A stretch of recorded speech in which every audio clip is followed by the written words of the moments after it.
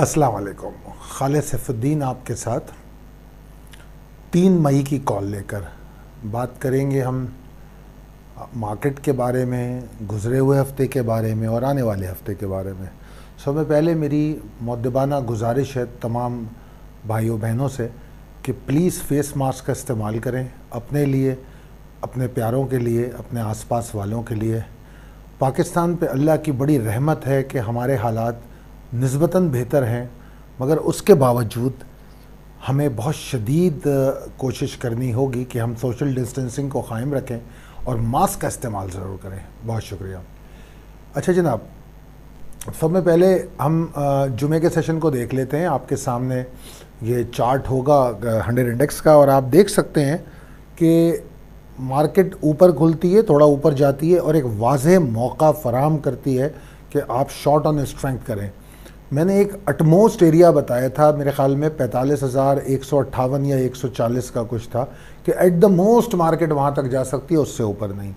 और मार्केट वहाँ तक भी नहीं गई। 45,037 का जो लेवल था उस लेवल को टेस्ट करके मार्केट स्लाइड होना शुरू हो गई, और फिर ये मुतवातिर स्लाइड आगाज़ के हाई बनने के बाद से जारी रहा और एंड तक रहा, और फिर 44,158 के लेवल को उसने लो बनाया और फिर तकरीबन 600 पॉइंट के नुकसान के साथ मार्केट क्लोज़ हो गई।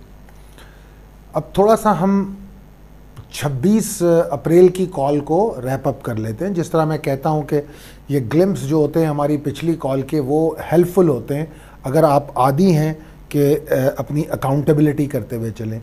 पिछले मंडे की जो कॉल आपको दी गई 26 अप्रैल की, उसमें मैंने एक बात जो स्टार्ट में कही थी कि worst is not over for bulls.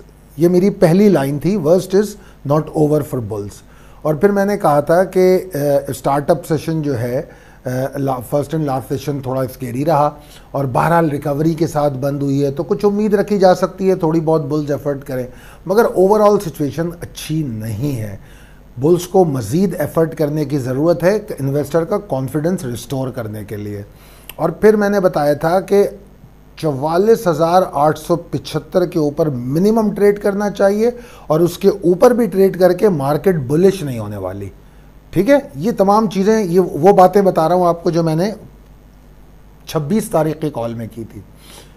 फिर मैंने कहा कि 45,136 124 के ऊपर अगर मार्केट रुकती है तो फिर मार्केट के अंदर कुछ एफर्ट हो सकती हैं और फिर मार्केट पे ऊपर की मूव बना सकती है, मगर 44,732 765 विल रिमेन इम्पॉर्टेंट जो लेवल रहेगा, और अगर उसको मार्केट तोड़ेगी तो मार्केट में डिप्रेशन आएगा। खैर बहरहाल ये तमाम बातें की गई। उसके बाद फिर आप नीचे देखेंगे तो आपको 2 चार्ट दिखाने की छोटे छोटे मैंने कोशिश की है। लेफ़्ट साइड वाला वीकली चार्ट है और राइट साइड वाला डेली चार्ट है। आप डेली चार्ट में देखेंगे कि आपको मंडे की जो कॉल है, मंडे की जो सेशन है, उसमें ज़बरदस्त तेज़ी नज़र आई। 970 पॉइंट का इजाफा मंडे की सेशन में होता है। और मैंने मंडे को मार्केट में ये 26 को मैंने ये कॉल दी थी कि मार्केट में प्रेशर हो सकता है, अपने एग्जिट लेवल ढूंढें, मगर 45,136 के ऊपर एफर्ट की जा सकती है। ठीक है ना, मतलब वाज़े तौर पे लिखा गया bulls can feel comfortable by trading above 45,136। तो बहरहाल अगर जो लेवल और ट्रिगर्स को समझता है, सुनता है, उस पर अमल करता है, तो दोनों जानिब वो नुकसान नहीं उठा सकता। वो हमेशा अपने ऑप्शंस खुले रखता है और मार्केट की मूव को एक्सेप्ट करता है।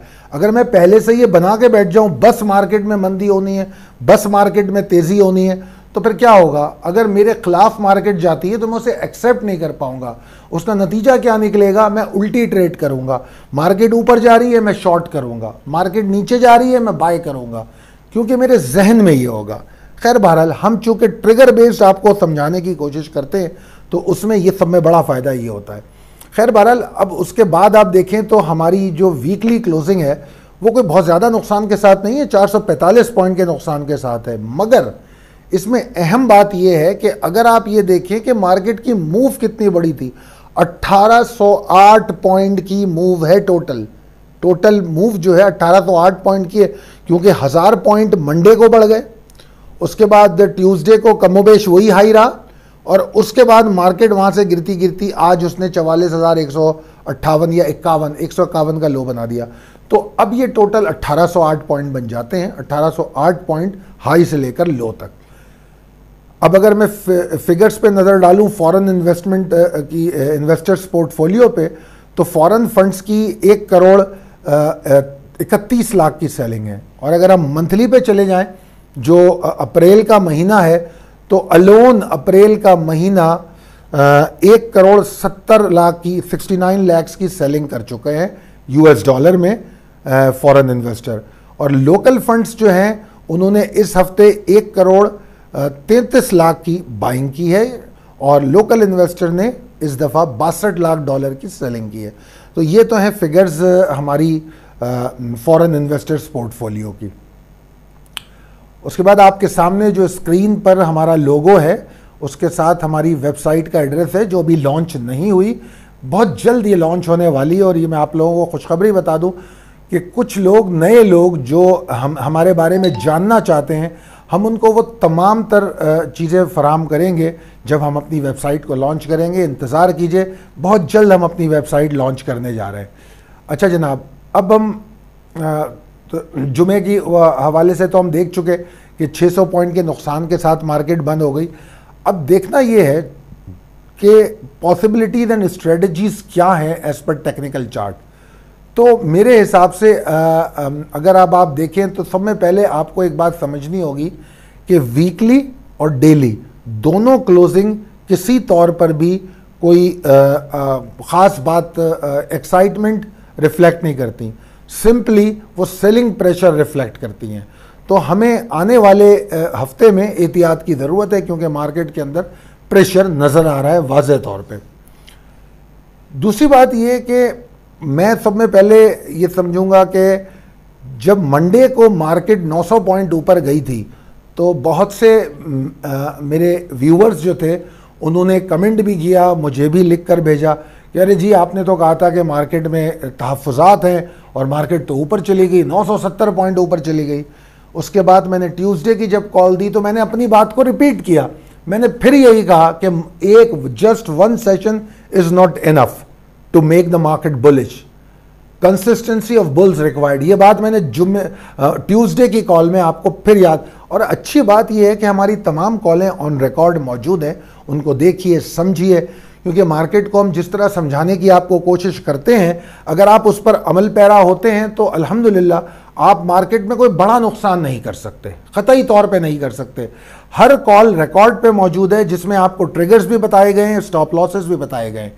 अब यहाँ पर मंगल की कॉल आप जाके देखें, ट्यूसडे की, बावजूद पीर के इतनी अच्छी तेज़ी होने के, मैंने कहा कि मार्केट से अभी मुझे कोई ख़ास उम्मीद नहीं है, मार्केट को कुछ और एफर्ट्स बुल्स को करनी पड़ेंगी अपनी रेट को इस्टेब्लिश करने के लिए। और फिर हमने देखा ट्यूसडे, वेडनेसडे, थर्सडे और फ्राइडे चारों सेशन मंदी के थे, और जो हमने मंडे को पॉइंट रिकवर किए थे एंड ऑफ द वीक, जुम्मे को हम उससे नीचे 450 पॉइंट नीचे की क्लोजिंग हमारे पास आ गई।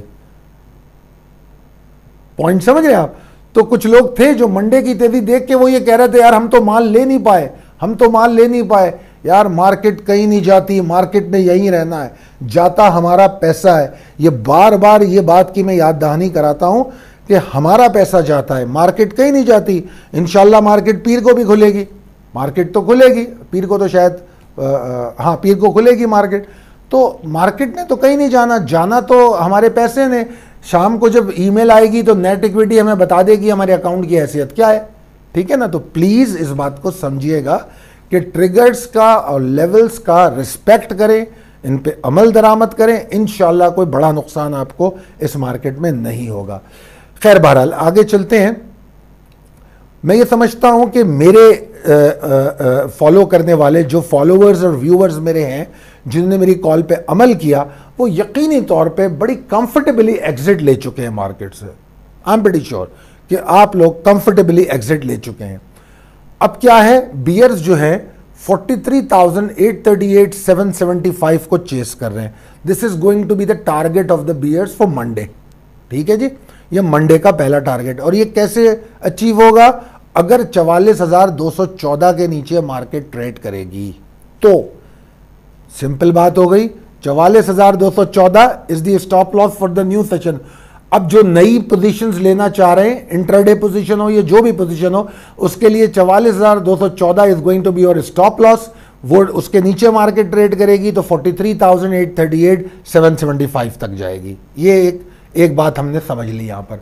उसके बाद अब हम रिस्क मैनेजमेंट कैसे करेंगे, या मार्केट में अगर कोई अर्ली हाई बनती है उसको हम मैनेज कैसे करेंगे। देखिए जी, वैसे तो मैं आपको कोई अननेसेसरी उम्मीदें देना बिल्कुल नहीं चाहता। मार्केट की जो सिचुएशन है मैंने बड़े वाज़ेह तौर पे बयान कर दी।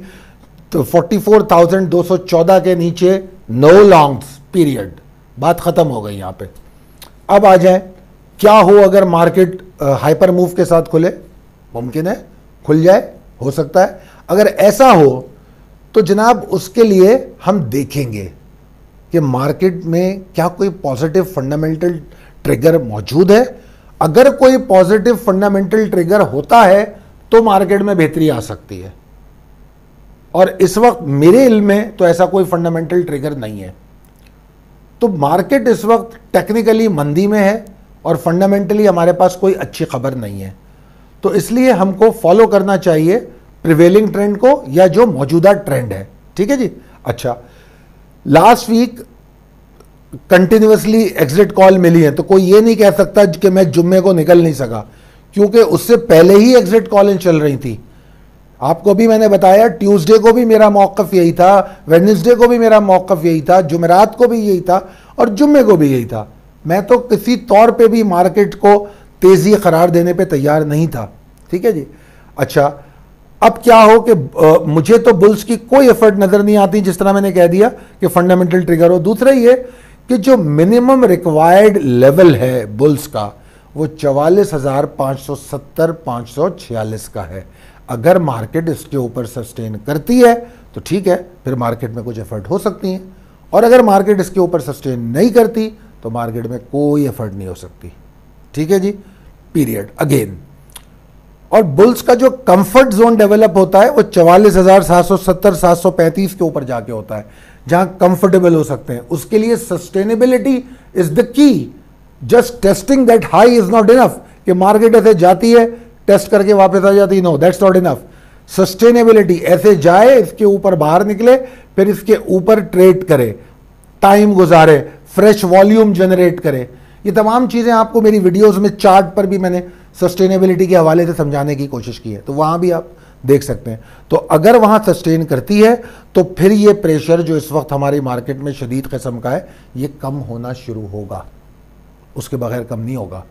44,770 735 के ऊपर मार्केट बुलिश नहीं होने जा रही, इस प्रेशर को कम करने जा रही है, बुल्स को कंफर्ट जोन दे रही है। ठीक है जी। अच्छा, तो हमने यहां दो चीजें समझ ली। नंबर 1, 44,214 के नीचे कोई लॉन्ग की बात नहीं की जा सकती। हाँ, long on dip, target on dip किया जा सकता है। ठीक है। और दूसरी बात मैंने ये बताई कि जब तक कोई पॉजिटिव फंडामेंटल ट्रिगर नहीं मिलता, हमको तेज़ी पे बिलीव करने की कतई ज़रूरत नहीं है। अननेसेसरी होप्स में हमको नहीं पड़ना चाहिए। दूसरी बात यह है कि इस वक्त की पोजीशन मार्केट की टेरराइजिंग है थोड़ी। जो वक्त पे एग्जिट ले चुके हैं उनके लिए आने वाले दिन सुनहरी मौका फराहम करेंगे कि वो अपनी अच्छे सिलेक्टिव स्टॉक को टारगेटेड बाइंग कर सके। आपको पता है किस किस स्टॉक की टारगेटेड बाइंग आपको दी गई है, उन पे फोकस करें और वो आपको नीचे मिलेंगे, अब नीचे मिलेंगे। आप लोगों को यकीनी तौर पे आपको अल्लाह ताला का शुक्रगुजार होना चाहिए कि पाक ऑक्सी में हम बिल्कुल टॉप पे एग्जिट लिए हमने। अल्लाह ताला की ब्लेसिंग है ये कि हम पाक ऑक्सी में भी टॉप पे निकले। हम सिर्फ मार्केट में ही नहीं, हम अपने स्क्रिप्ट्स में भी टॉप पे निकल रहे हैं। तो प्लीज़ इन लेवल्स को अगर समझ रहे हैं, ट्रेलिंग स्टॉप लॉस कर रहे हैं, तो आप निकल सकते हैं, कोई बड़ा मसला नहीं है।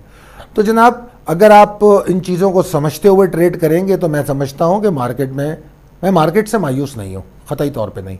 मार्केट में पोटेंशियल है, ये नॉर्मल बात है। इस वक्त पूरी दुनिया में वेव आई हुई है कोरोना की, पाकिस्तान में भी है। बस पाकिस्तान के साथ एक बदकिस्मती ये है कि इसके पॉलिटिकल हालात ऐसे हैं कि जिसकी वजह से लोग जो है बहुत ज़्यादा अनसर्टेनिटी समझते हैं, और अनफॉर्चुनेटली पॉलिटिकल हालात अभी भी ख़राब हैं, आगे भी ख़राब हैं, अभी भी ख़राब हैं। उनके दुरुस्त होने की कोई मुझे उम्मीद नज़र नहीं आती। शौकत तरीन साहब नए फाइनेंस मिनिस्टर आए, कोई बहुत बड़ी बड़ी उम्मीदें उनसे मत बांधिए। इतनी उम्मीदें बांधिए कि मज़ीद मईशत को गिरने ना दें तो भी उनकी कामयाबी है। इस मईशत को वो उठा के आसमान पे तो नहीं ले जाएंगे। तो रियलिटीज़ को हमें समझना होगा। पाकिस्तान की ग्राउंड रियलिटीज़ क्या हैं इस वक्त? कोविड मौजूद है, कर्ज़ों में हमें, गवर्नेंस हमारे पास कोई नहीं है, हमारे पास पॉलिटिकल इनस्टेबिलिटी है, हमारे पास दहशतगर्दी के वाक़यात अभी पिछले दिनों रिपोर्ट हुए, तो इंटरनल सिक्योरिटी थ्रेट है, बहुत सारे मसले हैं। तो कोई भी अच्छी बात नहीं है। तो लिहाजा हम एहतियात का तकाजा यही है कि हम अपने एक्सपोजर्स को कम करें और टारगेटेड एंट्रीज लें, और बाहर निकलेंगे तो एंटर हो पाएंगे। और दूसरी बात, जिन लोगों को मैंने बार बार पिछले आज तो 13 महीने हो गए, 13 महीने पहले वीडियो अपलोड की थी मैंने वर्क फ्रॉम होम के हवाले से, कि वक्त ऐसा आ रहा है कि हमारे लिए मुश्किल हो जाएगा, हमारे लिए ज़रूरी होगा आमदनी को बढ़ाना। तो वर्क फ्रॉम होम प्रोग्राम हमारा तो अल्हम्दुलिल्लाह चल पड़ा और हम उस पर काम कर रहे हैं। आप लोगों को मैंने 13 महीने पहले ये बात कही थी। आज की मार्केट जुमे की 600 पॉइंट की मंदी होती है, जाके देखें।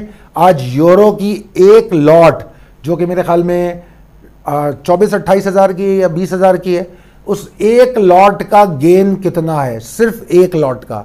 पाउंड की एक लॉट, S&P की एक लॉट। तो जनाब देखें, आप अगर वर्क फ्रॉम होम प्रोग्राम पे तवज्जो दे रहे हैं और अगर आप लोग अपने अंदर वर्सटाइलिटी पैदा कर रहे हैं, वर्सटाइल होना पड़ेगा आपको।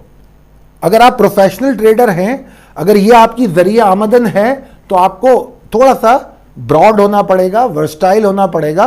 सिर्फ एक टाइप ऑफ ट्रेडिंग हमारे लिए इनफ नहीं होती। कोई भी इन्वेस्टर ऐसा नहीं होता जो ये कसम खा के कहे कि मैं तो जी सिर्फ ऑयल सेक्टर में काम करता हूं। नहीं, ऐसा नहीं होता। इन्वेस्टर को रिटर्न चाहिए। उसको कोई सेक्टर, किसी खास स्टॉक से, किसी खास इंस्ट्रूमेंट से मोहब्बत नहीं होती। उसको रिटर्न ऑन इन्वेस्टमेंट से मोहब्बत होती है कि मैं जो इन्वेस्ट कर रहा हूं उस पर मुझे रिटर्न क्या मिलेगा। तो अगर इस वक्त मुझे रिटर्न ऑन इन्वेस्टमेंट कमोडिटीज में मिल रहा है तो ठीक है ना, आप उसमें ट्रेड कर लें। अगर आपके पास वो ऑप्शन ओपन नहीं होगा, अगर आपके पास वो अकाउंट खुला नहीं होगा, आप क्या करेंगे? आप इसी में ट्रेड करेंगे। आप गलत ट्रेड करेंगे, आप जरूर बाय करेंगे। क्योंकि मैं जानता हूं, मेरे पास रोजाना ऐसे कई सवाल आते हैं। मैं माफ़ी चाहता हूं कि मैं बहुत से सवालों के जवाब नहीं दे पाता, और मुमकिन नहीं है मेरे लिए पर्सनली, अगर मुझे व्हाट्सएप किया जाता है, मैं अपने मेंबर्स को तो जवाब दे सकता हूं क्योंकि उनकी तादाद होती है और उनके हमारे अपने ग्रुप होते हैं, उसमें हम या हमारा टीम मेंबर कोई जवाब दे देता है। मगर जो इजाफी जो हमें व्यूअर के सवाल आते हैं, उनमें बहुत सौ के हम जवाब नहीं दे सकते। अब वो सवाल इसी तरह के होते हैं। अब WGL के अंदर ट्रेलिंग स्टॉप लॉस भी दिया, सब कुछ दिया गया, सवाल ही नहीं पैदा होता फंसने का, सवाल ही नहीं पैदा होता। जुमेरात के दिन पाक ऑक्सी की फोर्स्ड सेलिंग कॉल दी गई, फोर्स्ड। बोला गया कि माल फेंक दो, मार्केट खुले माल बेच दो। ये वाज़े तौर पे सिर्फ रिटन में नहीं है, ऑडियो भी है मेरी।